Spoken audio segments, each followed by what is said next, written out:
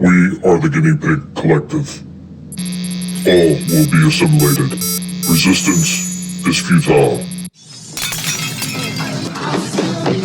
Guys, what's going on? And welcome back. Unfortunately, Stripe can't be here for this one, but he does send his regards. So what are we looking at? We've already showed off one of the other versions of this character from Neca. Gremlins 2, the new batch.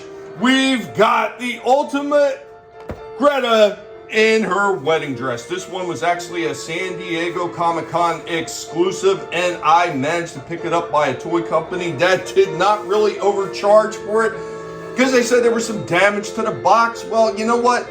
It's nice to have the box, and I know a lot of collectors get really finicky about having a perfect box. I don't care. I want the damn figures.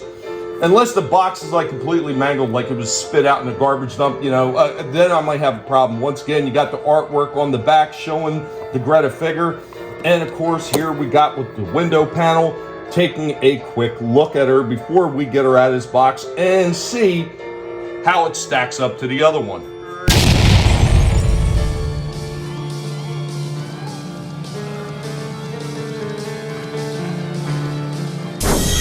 Out of the box, here we have Greta in her wedding dress. I think this one looks really nice. All the soft goods that they use for this wedding dress are absolutely fantastic. They look great. They got different feels, different textures, and they look like a wedding dress should look. I really like the way that this one looks.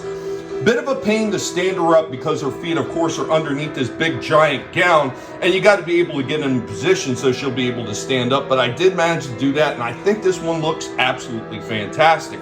If you remember the scene from Gremlins 2, you know that this is a very hilarious scene, and the fact that they made a figure for her, even though it was a San Diego Comic-Con exclusive, I think is outstanding.